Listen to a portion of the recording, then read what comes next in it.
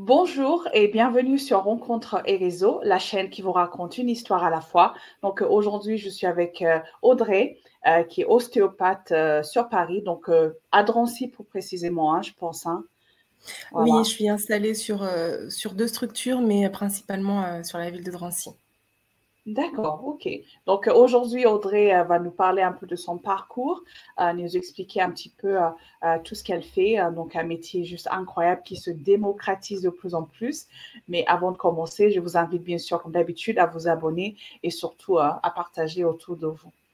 Hello Audrey, Hello, merci je te beaucoup d'avoir remercie, accepté mon invitation.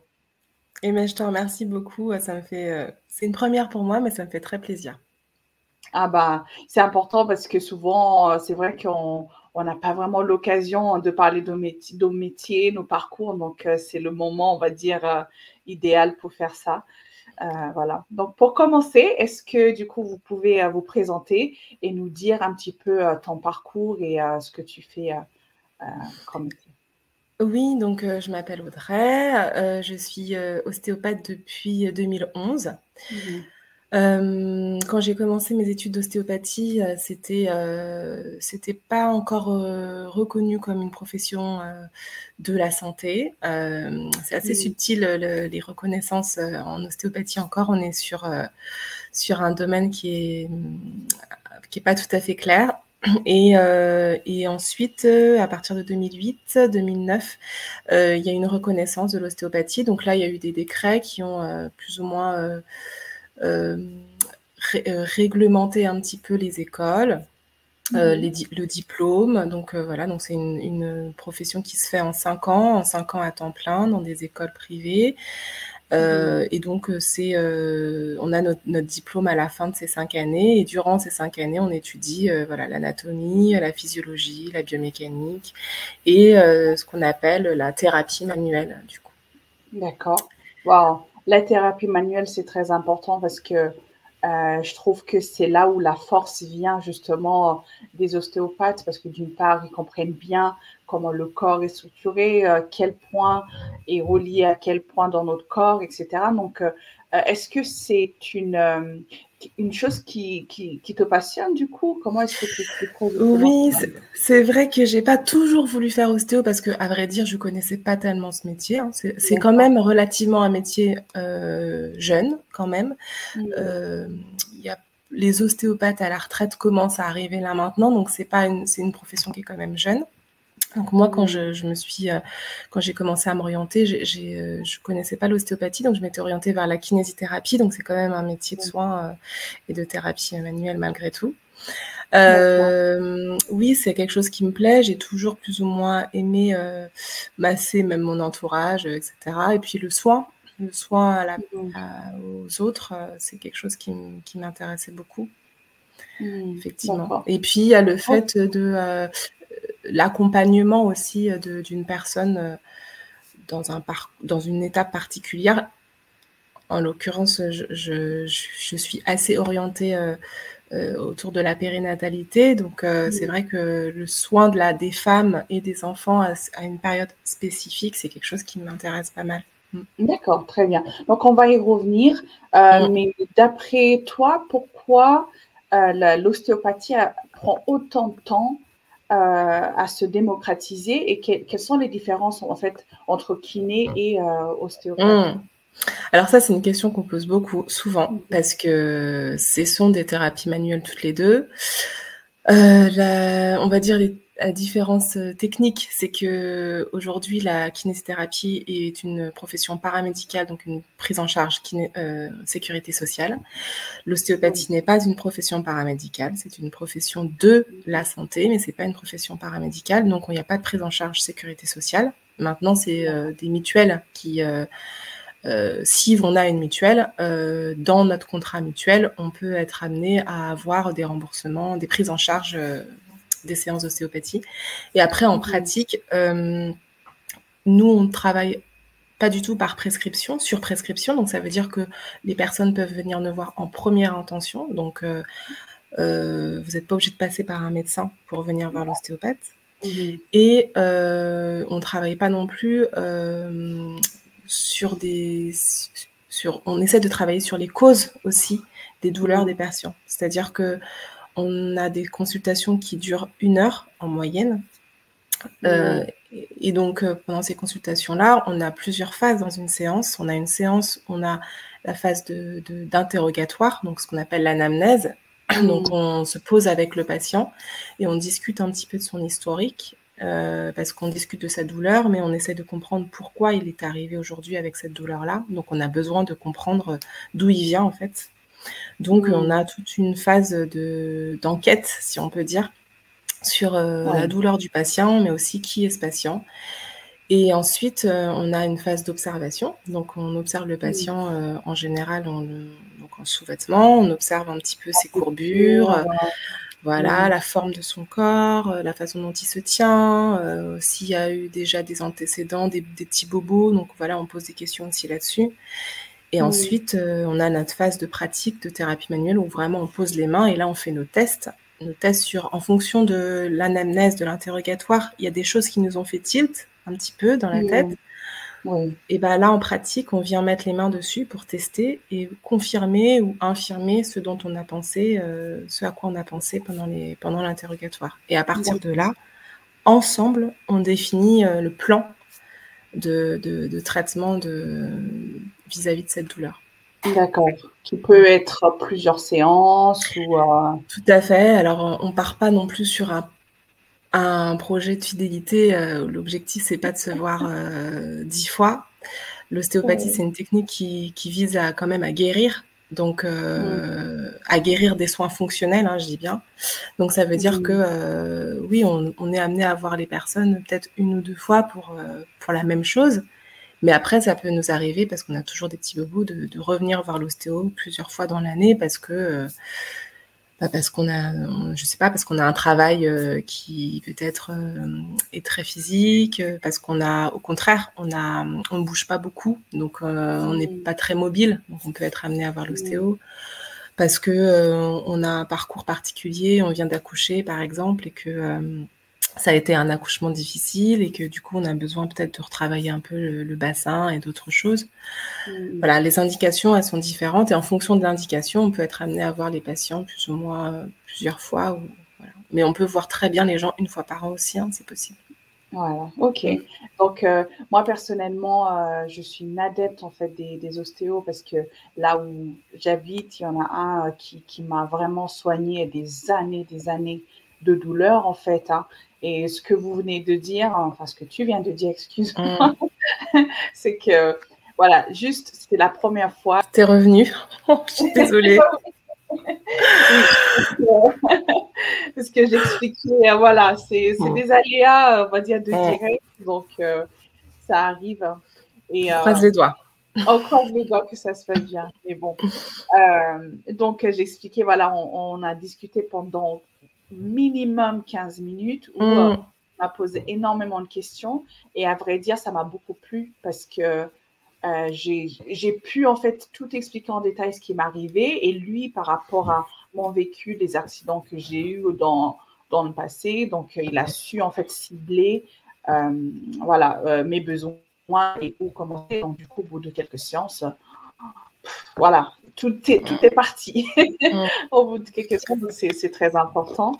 Et donc Audrey, donc, vous avez dit que voilà, vous êtes formée, etc. Donc est-ce que c'est une étape cruciale et à quel moment après la formation vous vous êtes dit maintenant il faut que je me lance toute seule?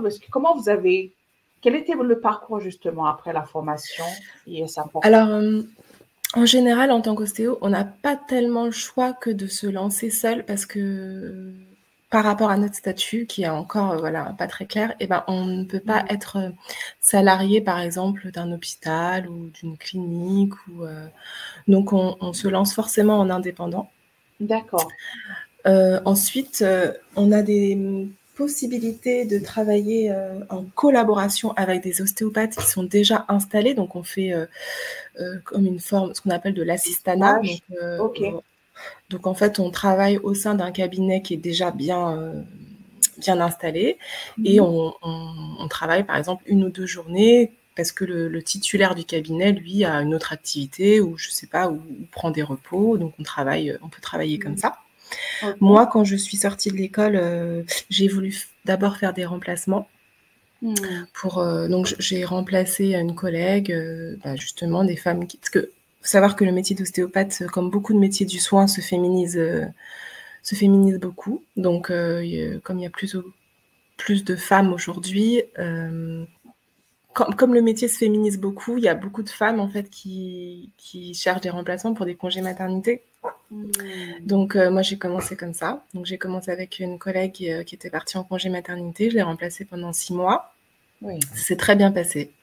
Et à la fin de ce remplacement, j'ai voulu m'installer parce que ça m'a donné envie vraiment de créer ma patientèle aussi à moi, etc.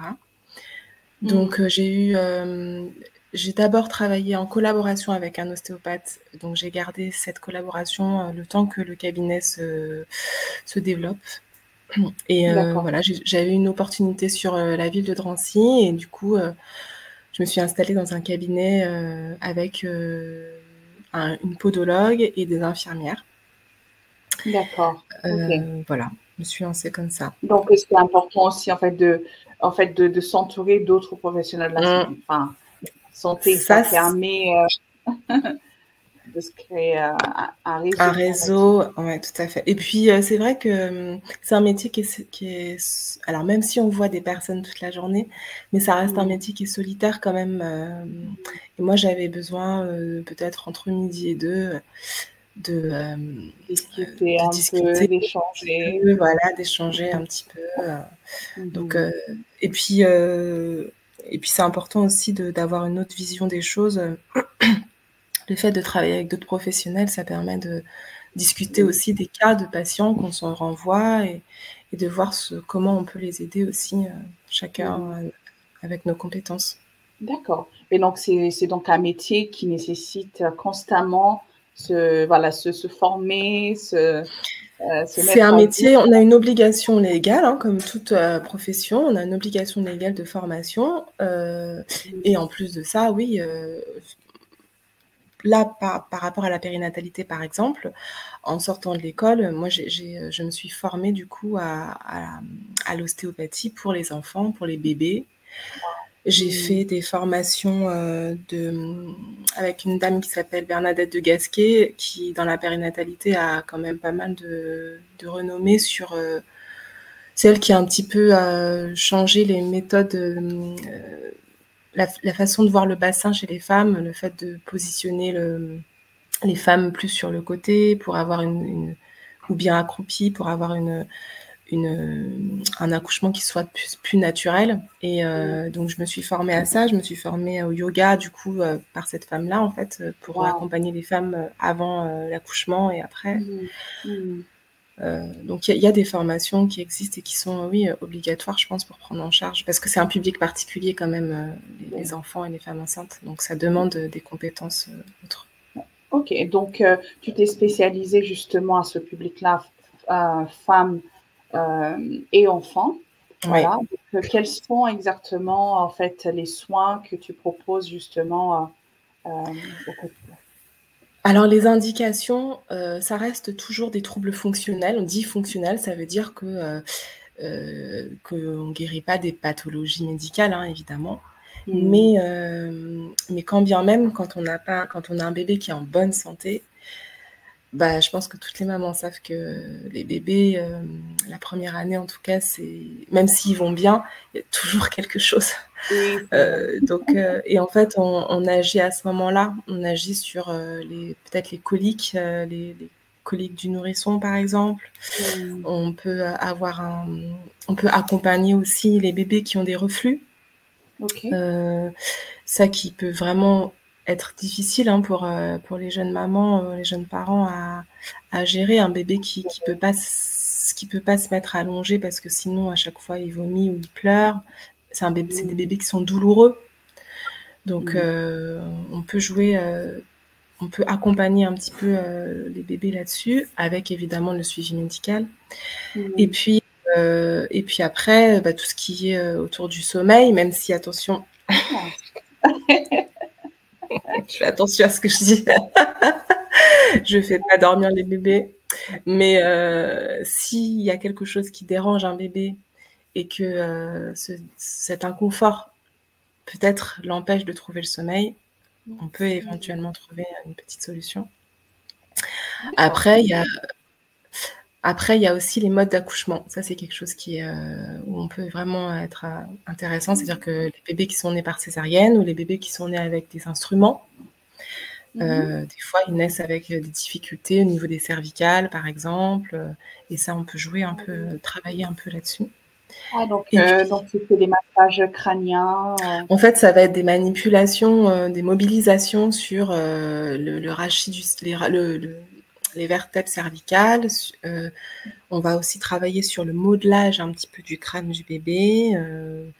On va travailler pas que sur ça d'ailleurs, parce que si un bébé, on sait que maintenant en théorie, si un bébé se positionne d'une certaine manière au moment de l'accouchement, il y a toute une mécanique en fait pour arriver à la naissance. Et des fois, la mécanique, elle n'est pas hyper parfaite.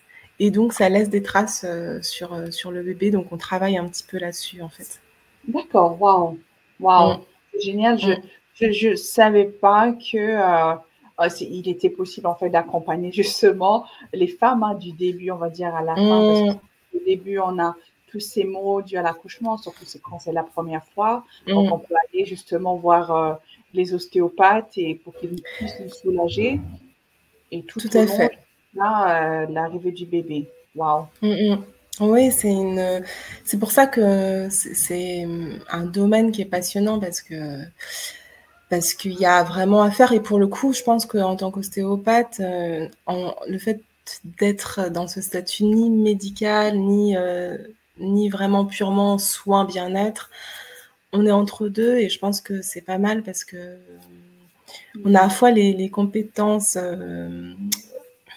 pour, on va dire, paramédicales, et en même temps, on a cet accompagnement qui n'est pas complètement médicalisé avec juste nos mains. Et ça, c'est vraiment... oui, ça peut être sécurisant et réconfortant à un moment donné où ça peut être difficile, quoi. Wow, d'accord. Et donc, tu es située à Drancy, donc est-ce que tu te déplaces ou comment est-ce que tu t'organises? Alors au début, je faisais un petit peu de domicile, mais maintenant, c'est vrai que je fais plus, je reste au cabinet. Après, je suis installée sur un autre cabinet aussi, donc là, c'est une structure avec des professionnels liés aux troubles des apprentissages des enfants, donc c'est encore un autre domaine. Après, j'aime bien sortir de mon cabinet aussi, donc j'interviens dans une école d'ostéopathie aussi quelques heures par mois. Ok. Et puis ça m'arrive d'avoir des interventions au sein de structures hospitalières, par exemple. On a fait des petits ateliers pour des personnes aidantes, donc des personnes qui s'occupent de leurs conjoints ou conjointes qui ont des dépendances, en fait. Donc voilà, ça amène un peu de mieux-être à ces personnes-là. Donc ça m'arrive effectivement de bouger un petit peu, mais je ne fais pas vraiment de domicile. Je ne fais plus vraiment de domicile. Ok, d'accord. Et tu ne fais pas non plus en groupe parce que je pense que c'est une activité qui ne convient pas au groupe, on va dire. C'est vrai que c'est une activité qui ne convient pas au groupe. C'est pour ça que le fait de se former à d'autres choses, c'est aussi un moyen d'avoir une forme d'éducation thérapeutique auprès d'un certain public et ensuite peut-être de les amener après à l'ostéopathie pour être un peu plus avoir un travail un peu plus individuel. Mais c'est vrai que c'est des séances individuelles, hein. Et puis c'est déjà particulier de se mettre à nu, je veux dire, voilà, pendant 1 heure, de raconter un peu ses difficultés, après de se déshabiller, voilà. Le lâcher-prise, c'est pas toujours facile déjà, donc c'est vrai que ça se prête juste individuellement, les séances individuelles. Absolument. D'accord. Et quel est le lien? Parce que ça, c'est une question je me suis toujours posé, quel est, d'après toi, le lien entre le bien-être, donc avec tous les mots qui viennent avec le stress, la dépression, et notre bien-être à nous, qui nous mène à ce qu'on a tous ces mots, je sais pas moi, mal au dos, on a l'impression de ne pas être bien dans notre corps. Y a-t-il un lien justement, et pas Alors seulement oui, un accident ou autre chose? bien sûr, il y a des liens qui sont même... alors, je ne serais pas assez compétente, je pense, pour avoir les termes exacts, mais il y a des liens déjà chimiques, biochimiques, c'est-à-dire que quand on est stressé, anxieux, on va sécréter certaines hormones qui vont dans notre corps avoir des conséquences. Et ces conséquences, elles peuvent être des douleurs, par exemple, des inconforts, des maux de ventre. Je veux dire, c'est des réactions simples comme si on a le trac, par exemple, avant un examen ou quelque chose comme ça. Le fait d'être stressé, ça va nous déclencher peut-être des maux de ventre, on a envie d'aller aux toilettes. Bah, c'est chimique après à un moment donné. Donc le lien, il est déjà. J'ai un passage d'invité parce que c'est les vacances, donc je les ai cloîtrés dans une pièce, mais il se peut qu'ils en sortent. Et voilà. Bonjour. Bonjour Anna. Donc il y a des liens effectivement déjà biochimiques, je pense, entre le corps et la tête en fait. Et ensuite, je pense que quand on a un état d'esprit, effectivement, avec, comme tu dis, si on a des dépressions, je pense par exemple au postpartum parce que c'est quand même une phase un peu importante pour les femmes et justement où on se sent un peu fragile à certains moments. Là, par exemple, il y a vraiment un aspect chimique. Il y a une descente hormonale qui fait que on se retrouve en fragile et le fait d'être la gestion de la douleur, elle peut être tout à fait différente en fonction de notre état d'esprit. Oui. Le fait d'avoir, si on a déjà des douleurs qui sont préexistantes, si on est plus fatigué ou plus stressé ou plus déprimé, on va ressentir ces douleurs de façon différente et de façon plus intense possible. D'accord. Donc, quel conseil tu donnerais à quelqu'un qui est anxieux, stressé dans ce cas-là? Quelle est la meilleure façon de gérer ça, on va dire? Aller vivre en Guadeloupe. Et à part ça,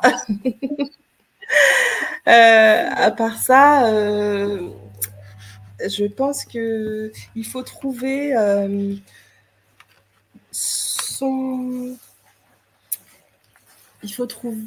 c'est une histoire d'équilibre à mon avis et d'harmonie.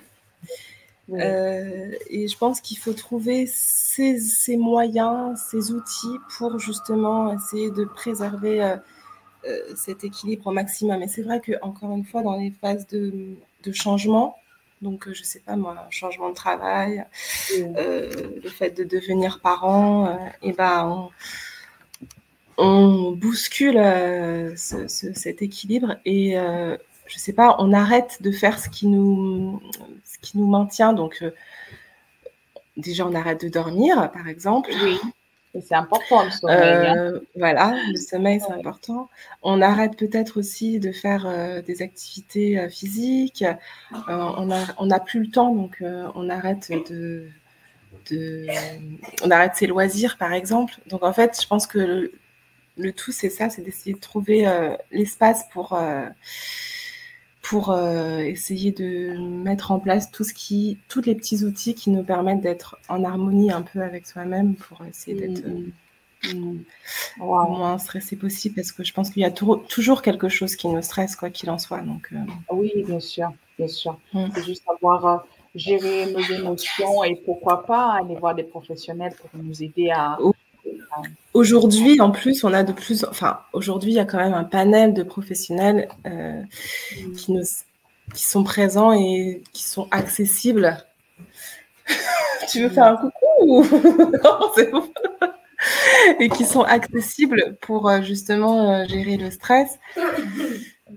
Après, il faut pouvoir y accéder quand même. Ça peut avoir un coût aussi. Donc, c'est vrai que c'est bien de pouvoir être autonome aussi dans dans son bien-être, si je puis dire. Moi, j'adorerais voir les femmes toutes les semaines, hein, mais c'est pas toujours possible. Voilà, exactement. Donc, quel conseil tu donnerais à quelqu'un qui aimerait bien justement devenir ostéopathe? Parce qu'aujourd'hui, il y a beaucoup de personnes qui n'osent plus en fait aller vers ces métiers-là parce que ça demande beaucoup d'énergie, etc. Donc, alors, le métier, effectivement, le métier du soin, ça demande beaucoup d'énergie. Après, malheureusement, l'ostéopathie, c'est un métier aujourd'hui qui est, enfin, en tout cas, il y a beaucoup d'ostéopathes. On est très nombreux. Okay. Il faut qu'ils viennent nous parce que nous, on a du mal. Ah, oui. Bah, écoute, en tout cas, en Île-de-France, on est très, très nombreux et ce qui fait que enfin, tous les ostéopathes ont parfois du mal à travailler tous parce que c'est une profession, encore une fois, en première intention. Donc, ça veut dire que qu'on n'est pas, comme je disais tout à l'heure, pas sur prescription. Donc, voilà, ça peut être un peu compliqué de développer son cabinet au départ. Après, j'encourage moi les gens à faire des métiers de soins parce que c'est des métiers qui sont utiles. J'encourage les personnes à faire des métiers de soins parce que ce sont des métiers utiles aux autres. Donc, je pense que c'est important.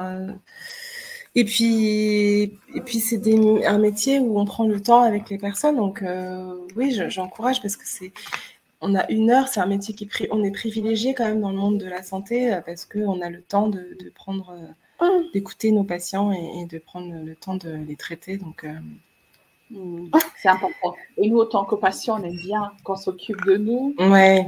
Et c'est bien d'être bien suivi. Voilà. Ok.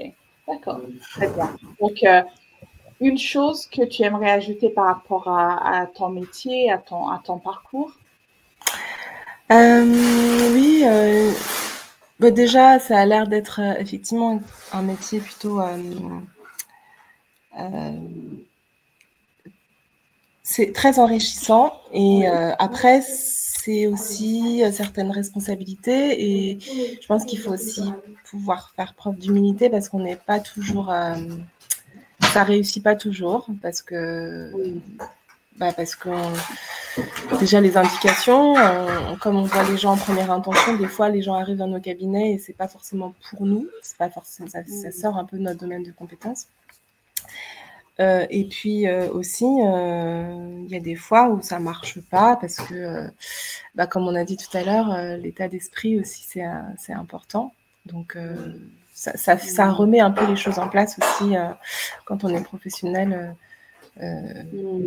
Voilà, il faut garder cette humilité, je pense que c'est important, surtout en faisant encore une fois des enfants et des femmes enceintes ou des femmes à accoucher. Je me suis bien rendu compte que on pouvait pas tout, n'était pas la solution à tout. Donc ça, c'est important de pouvoir aussi orienter les personnes quand ça sort de nos compétences, de ne pas hésiter à leur dire bon bah là,